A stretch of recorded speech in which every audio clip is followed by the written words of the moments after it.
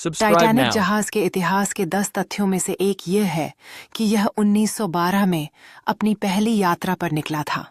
दूसरा तथ्य यह है कि टाइटैनिक के डूबने के समय 1500 से अधिक लोग मारे गए थे। तीसरा तथ्य यह है कि टाइटैनिक को अविनाशी जहाज कहा जाता था, लेकिन इसका अंत दुखद रहा।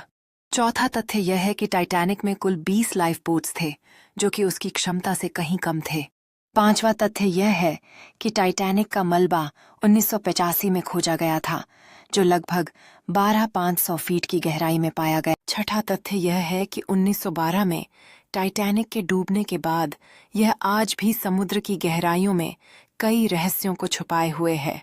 सातवां तथ्य यह है कि टाइटैनिक की दुखद दुर्घटना के बाद समुद्री यात्रा के नियमों को कड़ा किया गया।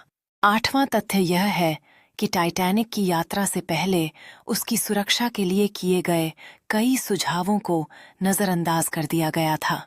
नौवां तथ्य यह है कि टाइटैनिक के डूबने के बाद कई किताबें और फिल्में इसके बारे में लिखी गई हैं, जो इसे सांस्कृतिक रूप से महत्वपूर्ण बनाती हैं। टाइटैनिक जहाज के अंतिम तथ्यों में से एक यह है कि यह अब भी समुद्र की गहराइयों में एक भव्य लेकिन दुखद कथा बताता है।